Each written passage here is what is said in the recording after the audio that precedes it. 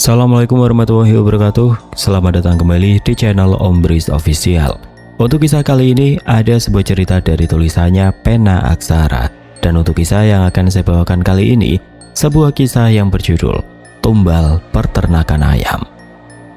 Sebelum kita lanjut ke ceritanya, tekan dulu tombol like video ini dan jangan lupa tekan juga tombol subscribe channel ini. Nyalakan juga lonceng notifikasinya agar tidak ketinggalan cerita-cerita lainnya. Dan seperti apa untuk kisah kali ini? Langsung saja kita masuk ke ceritanya.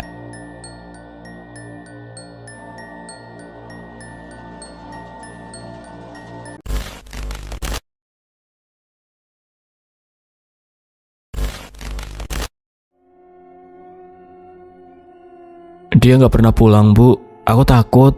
Bisik Raka dengan suara pelan. Matanya menatap ke arah pintu kecil yang tertutup rapat di depan kamarnya. Lasmi, wanita yang sudah lebih dulu menua karena beban kehidupan, mendengus keras. Wajahnya yang keriput tampak keras dan tidak tersenyum. Ia berjalan perlahan menuju jendela kecil, menatap ke arah gelap pepohonan yang bergoyang perlahan di kejauhan. Ngapain takut, Raka? Kamu masih kecil. Jangan takut sama suara-suara tadi malam. Ucapnya datar, suaranya berat dan mengandung nada yang provokatif. Suara apa itu, Bu? Kok kayak suara orang minta tolong? Raka penasaran, sedikit gemetar. Ia ingin mencari kepastian, tapi tenggorokannya terasa kering. Ia mendongak menghindari pandangan ibunya yang tampak seperti sedang menahan sesuatu, atau mungkin sedang menyembunyikan sesuatu. Lasmi melangkah ke belakang menatap dari kejauhan. Udah, jangan dipikirin, itu cuma suara ayam saja. Jangan ikut-ikutan takut, katanya. Tapi matanya yang tertati-tati di balik kerudung kusam menyiratkan ketegangan yang tidak terbantahkan. Suara berirama dari kejauhan kembali terdengar, bukan lagi sekedar ayam berkokok, tetapi suara yang memekik, nyaring dan berirama seperti jeritan yang tertahan-tahan. Raka mendengar setiap nada yang terlewat, lidahnya terasa kaku. Ia menunduk dan matanya melayang ke arah dinding kamar. Kenapa, Bu? Kok kayak suara orang lagi nyeret-nyeret kaki di sana? Lasmi diam sejenak. Ia menatap ke arah luar rumah. Wajahnya yang biasanya cerah berubah menjadi datar dan pucat. Itu cuma suara ayam. Jangan cemas, kamu masih kecil, Nak. Jangan takut sama suara-suara aneh. Tiba-tiba terdengar suara lain, lebih keras dan mengaung, seperti sesuatu yang mengerang dan memohon. Lingkungan sekitar jadi sepi. Tidak ada lagi angin yang berhembus. Tidak ada lagi nyanyian burung. Ada suara seperti rintihan yang terselip di antara suara-suara alami itu, menembus ke seluruh telinga Raka. Raka menutup matanya mencoba mendengarkan lebih seksama. Seraya memegangi dada, ia merasakan denyut aneh di dalamnya, seperti ada sesuatu yang menegang kuat, menghentak dengan keras dari dalam. Ini cuma perasaan aku. Raka bergumam, suaranya pelan dan bergetar. Tapi suara ini kok bikin aku takut. Seketika itu langkah kaki berat terdengar lagi dari arah belakang rumah. Suara itu berat dan bergema, menimbulkan gema yang menembus ke seluruh langit malam. Raka tersentak dan segera menaikkan badan, mengikuti suara yang makin dekat. Di ujung halaman ada sebuah bangunan besar. Bangunan yang aneh, tidak familiar bagi siapapun di desa itu. Dindingnya berwarna pudar, kerangka kayu yang usang dan ratusan ayam berkerumun di depan pintu masuk. Suara ayam berkokok di sana terdengar lebih kasar daripada biasanya. Tidak seperti biasa. Ada sesuatu yang aneh dan tidak manusiawi dari suara itu. Bu, itu suara apa? Kok kayak suara orang? Lasmi menelan ludah, wajahnya memucat seolah-olah menahan sesuatu yang sangat berat. Nggak apa-apa, Raka, itu cuma suara ayam. Kamu harus tidur tenang. Akan tetapi Raka tahu ada yang salah dari suasana ini. Ia merasa ada sesuatu yang menyelinap di balik kabut yang menyelimuti peternakan yang selama ini tidak pernah dilihat orang. Suara-suara itu bukan sebatas suara ayam, ada sesuatu yang lebih dari itu.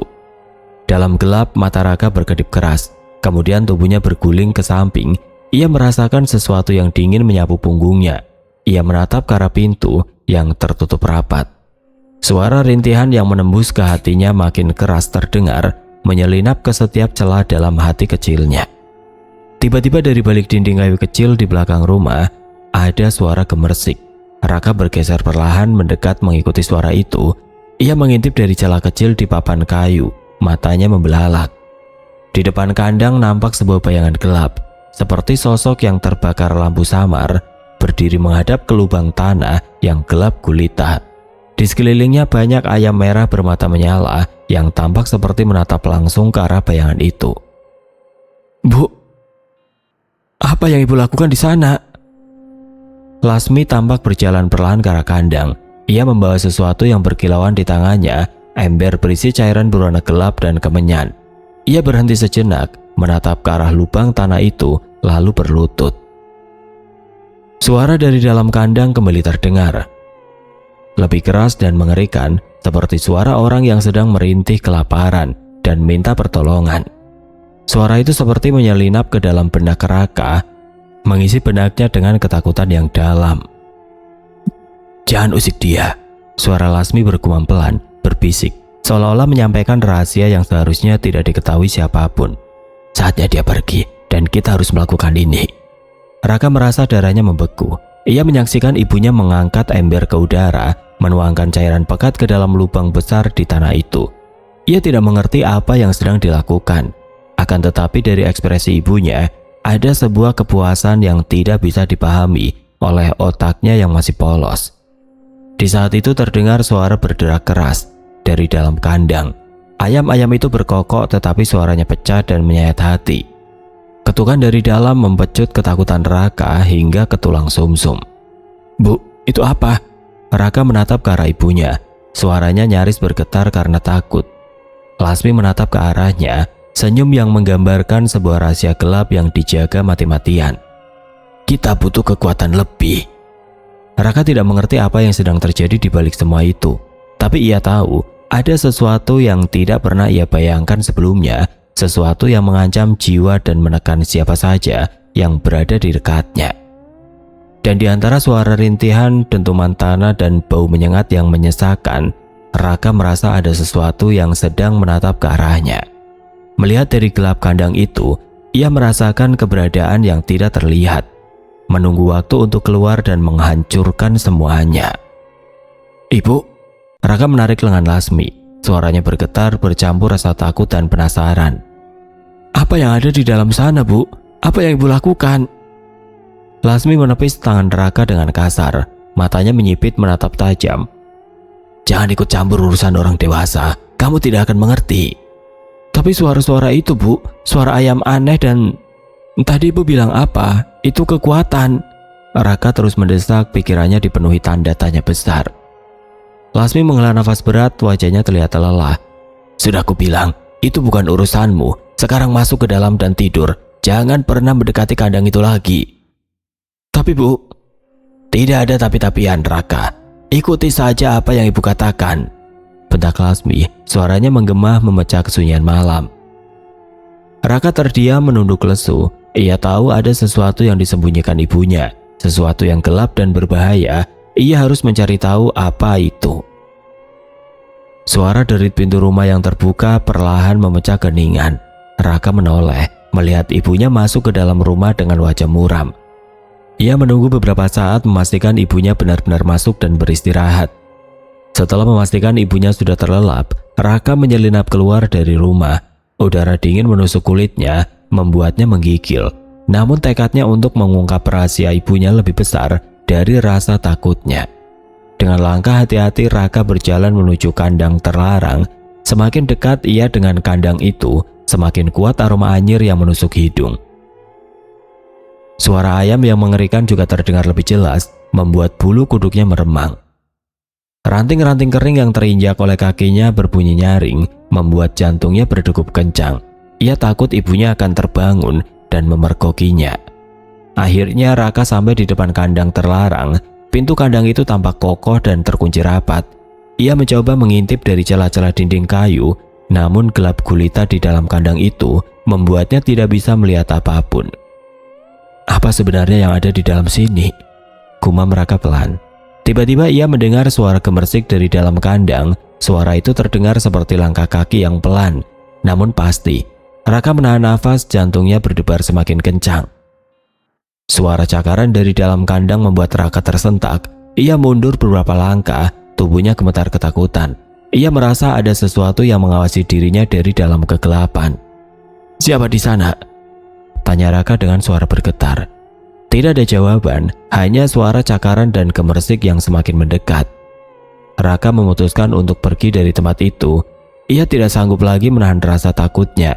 Ia berlari sekencang-kencangnya kembali ke rumah, berharap ibunya tidak menyadari kepergiannya. Keesokan harinya Raka memutuskan untuk mencari tahu lebih banyak tentang ibunya dan peternakan ayamnya.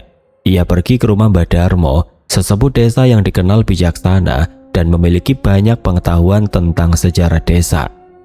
"Mbah, bolehkah saya bertanya sesuatu?" tanya Raka sopan. Mbah Darmo tersenyum ramah. "Tentu saja Raka, ada apa?" "Saya ingin tahu tentang ibu saya Lasmi. Dulu dia orang yang biasa saja, tapi mendadak membangun peternakan ayam sebesar itu. Bagaimana bisa?" tanya Raka penasaran. Mbah Darmo terdiam sejenak, wajahnya terlihat berpikir keras. "Lasmi, dulu dia memang orang yang miskin dan hidup susah. Tapi setelah dia membangun peternakan ayam itu, kehidupannya berubah drastis. Banyak yang bilang dia melakukan pesugihan." "Pesugihan? Apa itu, Mbah?" tanya Raka bingung. "Pesugihan itu cara mendapatkan kekayaan dengan membantuan makhluk halus. Biasanya ada tumbal yang harus diberikan sebagai imbalan," jelas Mbah Darmo. Raka terkejut mendengar penjelasan Mbah Darmo. "Tumbal? Maksudnya ada orang yang dikorbankan?" Mbah Darmo mengangguk pelan. "Itu yang banyak orang khawatirkan. Apalagi kandang paling ujung di peternakan Lasmi itu selalu tertutup dan tidak boleh dimasuki siapapun. Banyak yang curiga. Di sana tempat Lasmi melakukan ritual pesugihan." "Apakah Mbah tahu tentang ritual apa yang dilakukan ibu?" Raka mulai mengumpulkan informasi. Mbah Darmo menggeleng perlahan. "Gak ada yang tahu pasti, tapi dulu pernah ada cerita tentang tumbal ayam bidodari. Ritual itu konon bisa bikin ternak berkembang pesat, panen melimpah, tapi harganya..." Mbah Darmo menghentikan ucapannya, matanya menerawang jauh. "Harganya adalah nyawa dari darah sendiri sebagai pengganti setiap 1000 ayam yang hidup." Raka terdiam, otaknya bekerja keras mencerna semua informasi yang baru didengarnya. Ia teringat suara-suara aneh dari kandang terlarang, aroma anyir yang menusuk hidung, dan cairan pekat yang dituangkan ibunya ke dalam lubang tanah. Ia mulai mengerti, ibunya terlibat dalam praktik gelap yang sangat berbahaya. Dengan perasaan kalut, Raka kembali ke rumah. Ia melihat ibunya sedang sibuk memberi makan ayam-ayam di kandang. Ia mendekati ibunya, mencoba berbicara dari hati ke hati. "Ibu, apa benar ibu melakukan pesugihan?" tanya Raka dengan suara lirih. Lasmi terkejut mendengar pertanyaan Raka. Ia menatap anaknya dengan tatapan yang sulit diartikan. "Dari mana kamu tahu tentang itu?" "Mbah Darmo yang cerita. Ibu, tolong katakan yang sebenarnya. Apa benar ibu memberikan tumbal untuk mendapatkan kekayaan ini?" Lasmi terdiam sejenak lalu menghela nafas berat. "Raka, kamu masih terlalu kecil untuk mengerti masalah ini. Yang penting sekarang kita sudah kaya dan tidak kekurangan apapun." "Tapi bagaimana dengan orang lain, Bu? Bagaimana jika ada orang yang menjadi korban tumbal ibu?" tanya Raka dengan nada khawatir. "Itu bukan urusan kita. Yang penting kita selamat dan bahagia," jawab Lasmi dengan nada dingin. Raka menggelengkan kepalanya, tidak percaya dengan apa yang didengarnya. "Ibu sudah berubah. Ibu bukan lagi ibu yang dulu aku kenal." "Kamu tidak mengerti, Raka. Ibu melakukan ini demi kamu, demi masa depanmu," bentak Lasmi dengan nada tinggi. "Masa depan seperti apa yang ibu inginkan? Masa depan yang dibangun di atas penderitaan orang lain? Aku tidak mau masa depan seperti itu, Bu," balas Raka dengan suara bergetar. Lasmi terdiam, air mata mulai mengalir di pipinya. "Maafkan ibu, Raka. Ibu tidak punya pilihan lain." Tiba-tiba Lasmi meraih tangan Raka dan menariknya menuju kandang terlarang. Raka meronta-ronta, mencoba melepaskan diri dari cengkeraman ibunya. "Ibu mau apa? Lepaskan aku!" teriak Raka histeris. "Kamu harus mengerti, Raka. Kekuatan ini membutuhkan tumbal dan kamu adalah tumbal yang paling tepat." ucap Lasmi dengan nada dingin, matanya memancarkan kegilaan. Raka terdiam membeku, ia tidak percaya ibunya sendiri akan mengorbankan dirinya demi kekayaan dan kekuasaan. Air mata mengalir deras di pipinya, bercampur dengan rasa takut dan putus asa yang mendalam. Saat Raka diseret masuk ke dalam kandang terlarang, ia melihat lubang tanah yang sama seperti yang dilihatnya malam sebelumnya. Di sekeliling lubang itu terdapat beberapa tulang belulang hewan dan benda-benda aneh yang tidak dikenalnya. Lasmi mendorong Raka hingga terjatuh ke dekat lubang tanah. Ia kemudian mengambil sebilah pisau tajam dari balik pakaiannya. "Selamat tinggal, Raka," ucap Lasmi dengan nada dingin, mengangkat pisau itu tinggi-tinggi. Raka memejamkan matanya, pasrah dengan nasibnya. Ia hanya bisa berdoa, semoga ada keajaiban yang datang menyelamatkannya. Serak. Suara pintu kandang yang terbuka dengan paksa memecahkan keheningan. Seorang pria berbadan tegap dengan wajah garang masuk ke dalam kandang, menghampiri Lasmi dan Raka. "Lepaskan anak itu, Lasmi," bentak pria itu dengan suara menggelegar. Lasmi terkejut melihat kedatangan pria itu. Ia mundur beberapa langkah, wajahnya pucat pasi. "Siapa kamu? Apa urusanmu di sini?" tanya Lasmi dengan nada gemetar. Pria itu menyeringai sinis. "Aku adalah orang yang akan menghentikan kegilaanmu ini." Pria itu kemudian menyerang Lasmi dengan gerakan cepat dan brutal. Lasmi tidak bisa melawan. Ia jatuh tersungkur ke tanah dengan luka-luka di sekujur tubuhnya. Raka membuka matanya melihat pria itu mengajar ibunya tanpa ampun. Ia tidak tahu siapa pria itu dan apa tujuannya. Namun ia merasa pria itu adalah penyelamatnya. Lasmi akhirnya menyerah dan meminta maaf kepada Raka, juga kepada lelaki itu. Dia berjanji tidak akan mengulanginya lagi, dan Lasmi juga berjanji akan mengakhiri semuanya. Disaksikan oleh beberapa orang, Lasmi bersumpah tidak akan melakukan itu lagi, baik itu kepada Raka dan juga kepada orang lain. Saksi percaya dan memegang ucapan Lasmi. Mereka akhirnya hidup dengan tenang. Raka juga tidak lagi melihat tingkah aneh ibunya lagi, dan dia bersyukur bahwa ibunya benar-benar bertobat. Malam itu setelah kejadian mengerikan itu, Lasmi kembali berulah saat semuanya sudah sepi dan tidak ada sinar bulan dan juga tidak ada bintang. "Kenapa, Bu?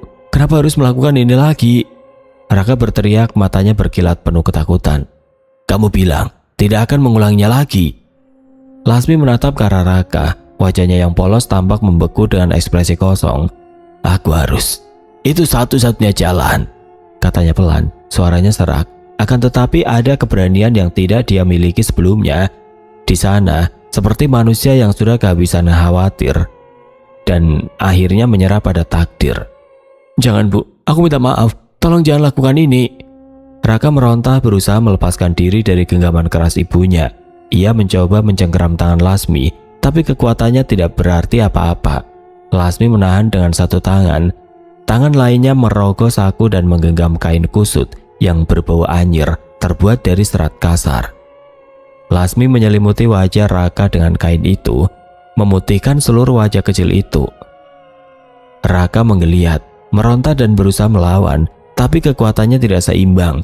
Ia berteriak keras dan penuh harapan. "Maafkan aku, Nak. Aku tidak punya pilihan lain." "Bu, tolong, jangan kasih aku ke dalam. Aku tidak mau mati," rintih Raka dengan suara terseduh. Tubuhnya bergetar hebat. Ia menatap muka ibunya yang berkerut, penuh isak dan keputusasaan. Teriakan kecil Raka berbaur dengan suara keras dari luar. Derak pintu kandang yang terbuka perlahan hanya menghadap ke lubang di tanah. Lasmi menyeret tubuh anak itu, perlahan tapi pasti, melewati celah gelap menuju lubang di tanah. Dari kejauhan terdengar ayam-ayam berkokok keras, berirama aneh dan melengking. Raka mencoba menggapai-gapai berusaha melepas kain yang menempel di wajahnya. Akan tetapi Lasmi mengikat tangan dan kakinya dengan tali kasar, menahan seluruh tubuh kecil itu. "Tolong, Ibu, jangan lakukan ini, aku tidak salah apa-apa," Raka bergetar. Namun ibunya tidak memperdulikannya.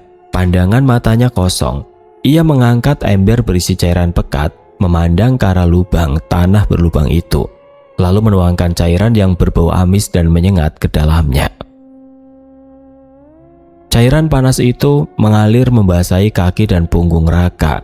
Ia mengadu, tubuhnya terbakar dan seolah-olah ada api yang menyembur dari dalam perutnya. Ia berusaha mengerang dan menarik nafas, berharap bisa meminta ampun lagi. "Maafkan aku, Nak." Lasmi berbisik mendekatkan wajah ke telinga anak itu. Tangan yang satu lagi memegang pisau kecil yang berkilau di bawah cahaya remang-remang. Raka menggelepar, ia menggertakkan gigi, berusaha mempertahankan nafas. "Ibu, tolong, aku... Ini semua demi kekayaanku," bisik Lasmi lalu mengangkat pisau dengan perlahan. Aku tidak mau mati. Suara Raka hampir tidak terdengar saat pisau itu mengarah ke tubuhnya.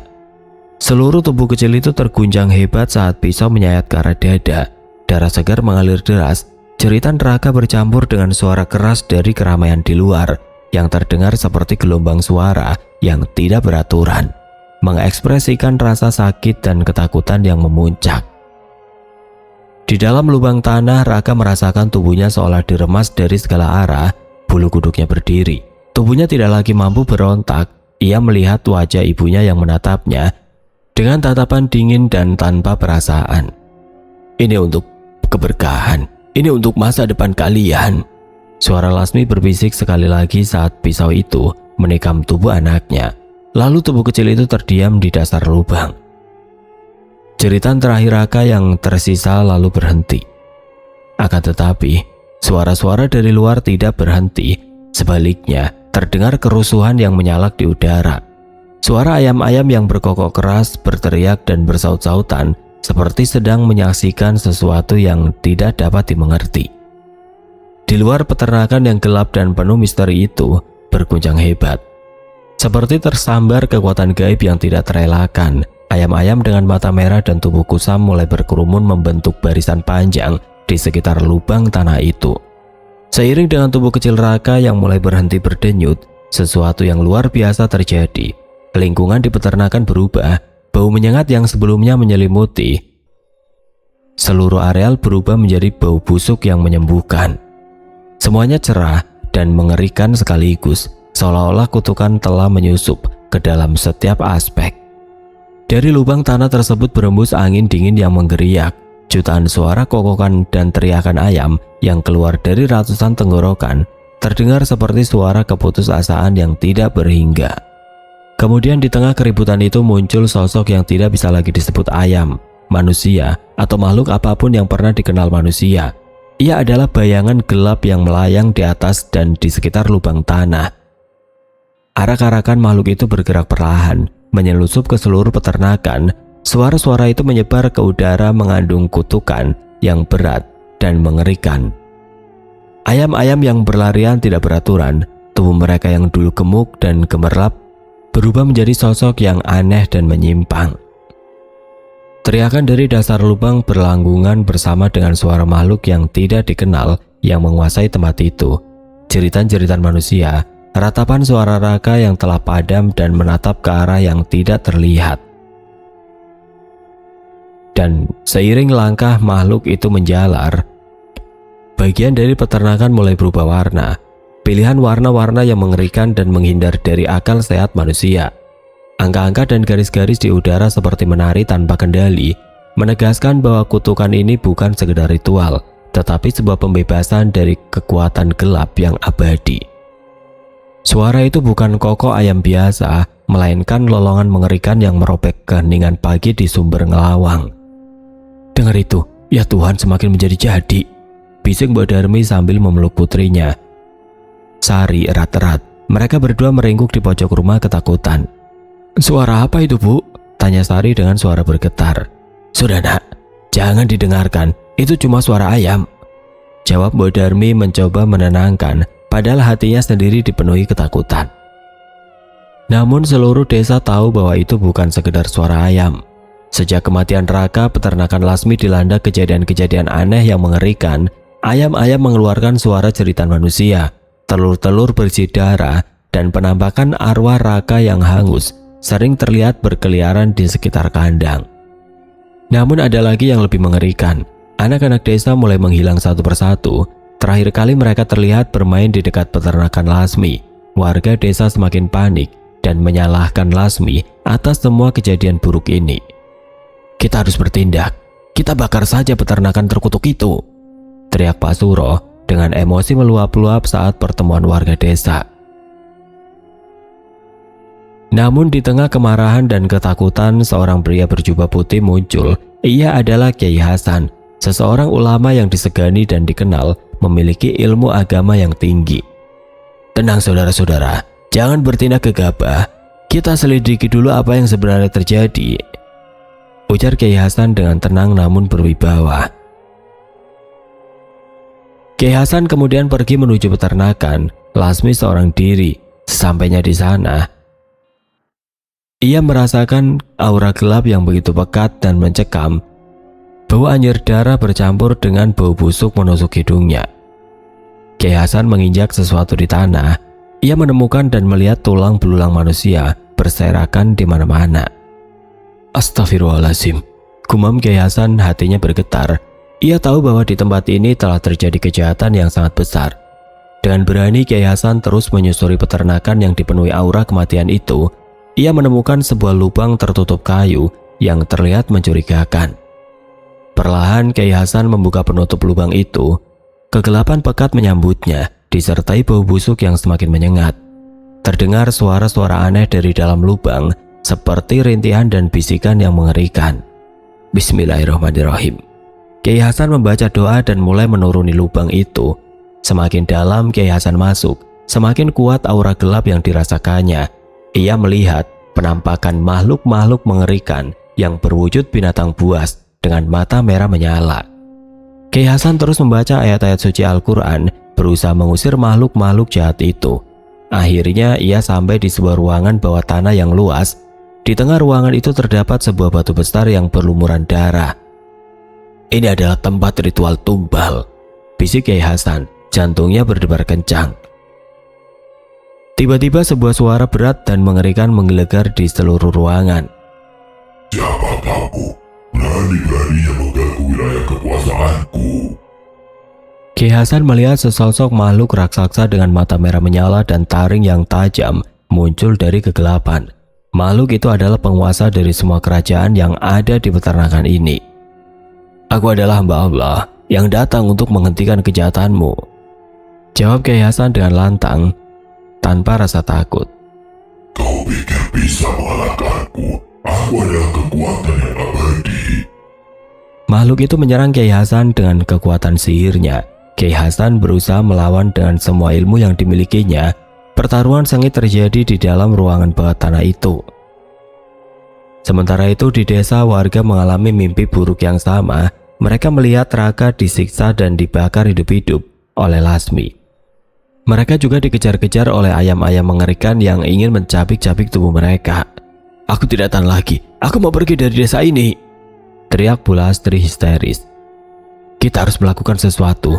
Kita tidak bisa terus-terusan hidup dalam ketakutan," timpal Pak Broto dengan wajah putus asa. Sementara itu di peternakan milik Lasmi, Kiai Hasan semakin terdesak oleh serangan makhluk jahat itu. Tangannya semakin terkuras dan tubuhnya penuh luka.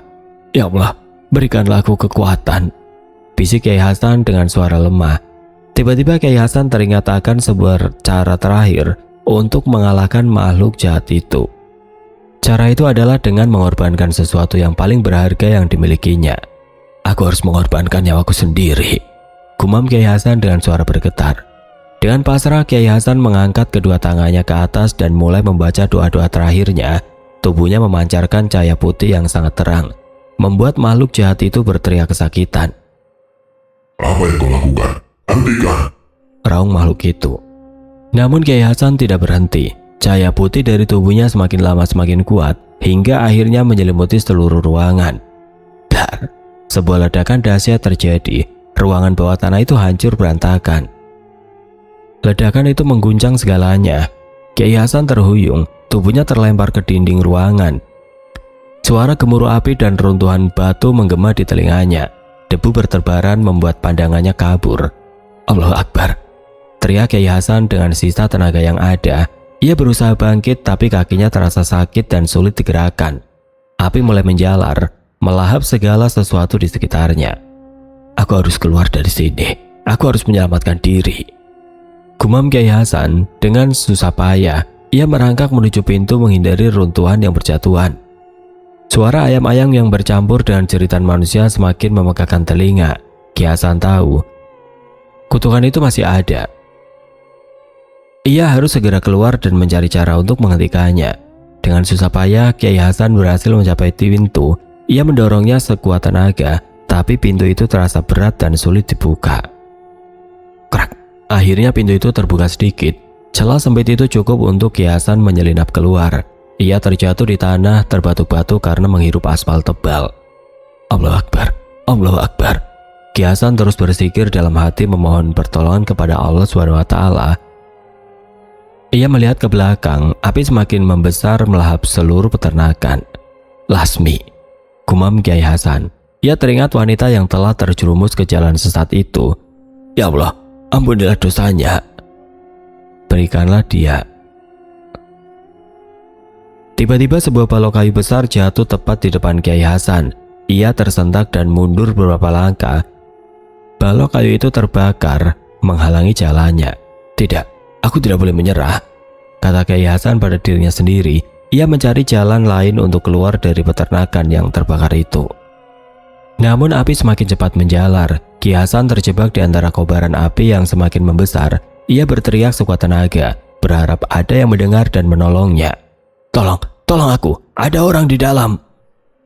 Di luar peternakan, warga Sumber Ngelawang panik melihat kobaran api yang semakin membesar. Mereka tahu Kiai Hasan masih berada di dalam. Kita harus menolong Kiai. Kita tidak bisa membiarkannya mati di dalam sana, teriak Pak Suro dengan nada cemas. Tapi apinya terlalu besar, kita tidak bisa mendekat, saut Mbok Darmi dengan wajah ketakutan.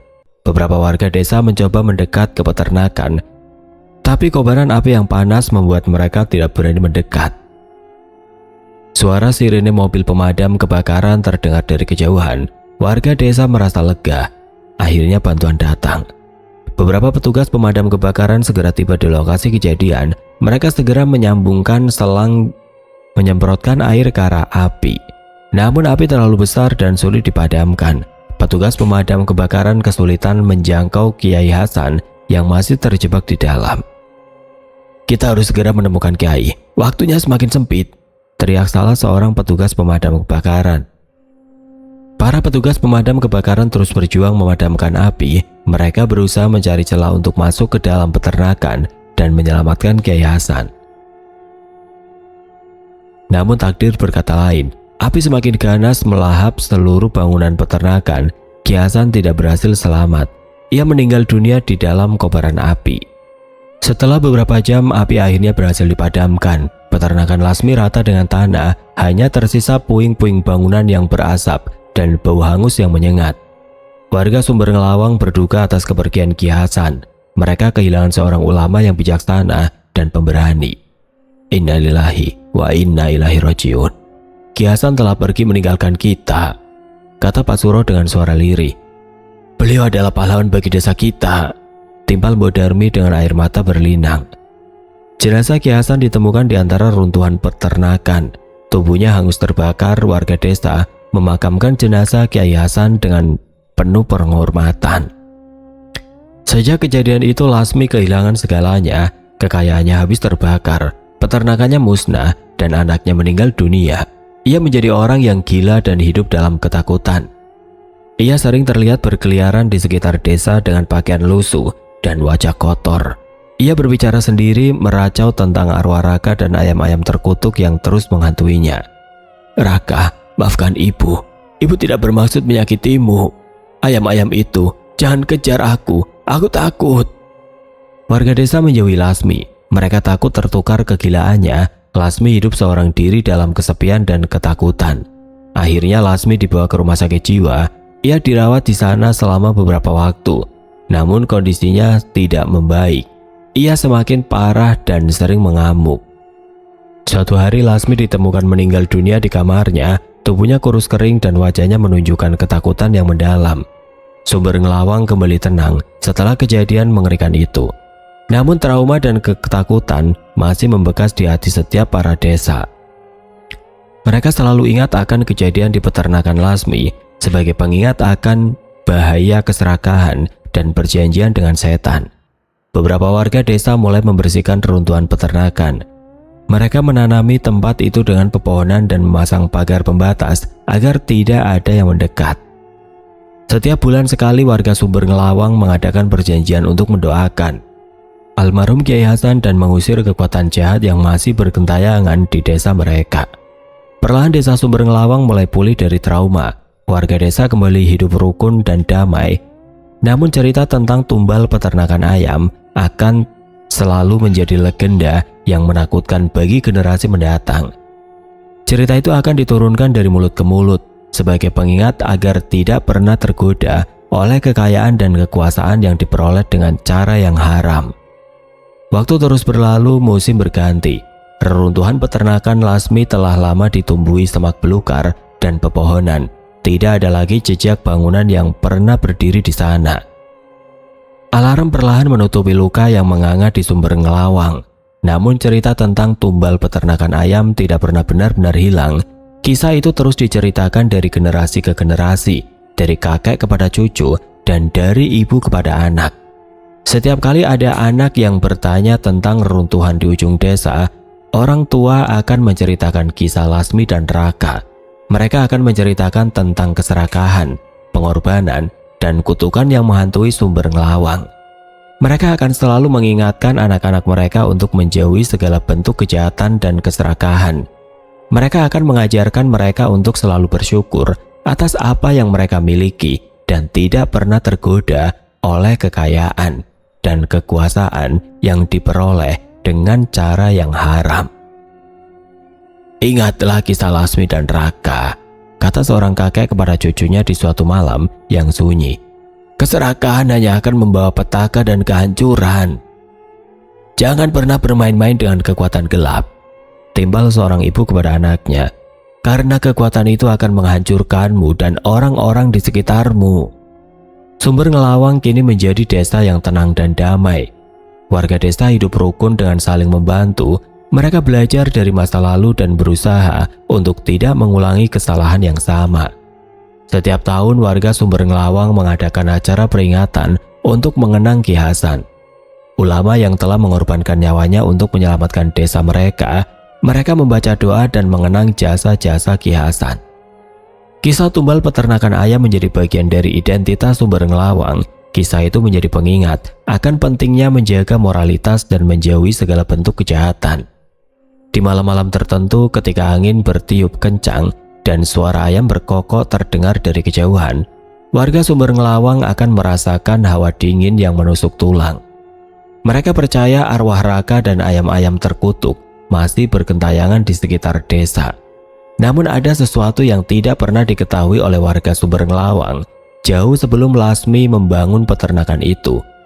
Ia pernah menemukan sebuah batu hitam kecil di dasar sumur tua yang sudah lama kering di belakang rumahnya. Batu itu terasa hangat saat digenggam, padahal hari kala itu sangat dingin. Lasmi menyimpannya dalam diam, tidak menceritakan kepada siapapun.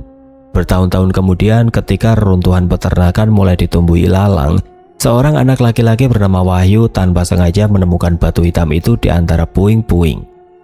Ia memungutnya dengan tangan kecilnya, merasakan kehangatan aneh yang menjalar ke telapak tangannya. Ibunya menariknya pergi dengan keras, wajahnya pucat pasi.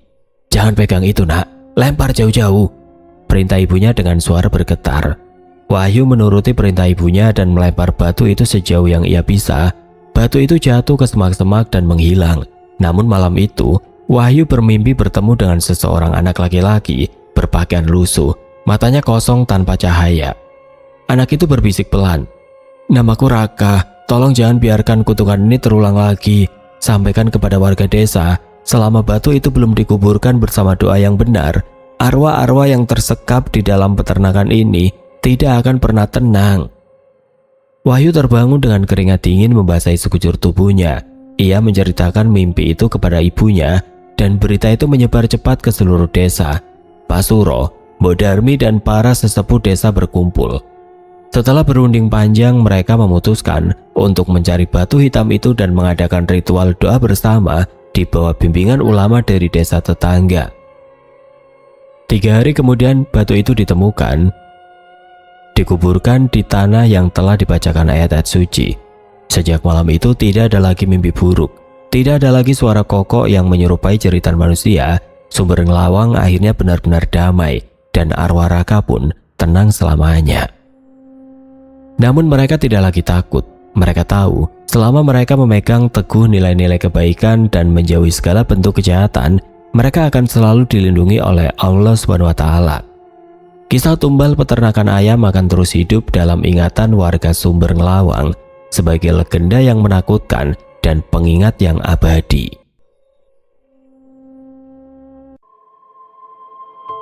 Oke teman-teman, sekian untuk kisah kali ini. Bagaimana menurut kalian tentang kisah ini? Tulis komentar kalian di kolom komentar. Dan buat teman-teman yang baru bergabung, jangan lupa untuk like, komen, share, serta subscribe channel ini. Dan jangan lupa nyalakan juga lonceng notifikasinya agar tidak ketinggalan cerita-cerita lainnya. Dan akhir kata, wassalamualaikum warahmatullahi wabarakatuh.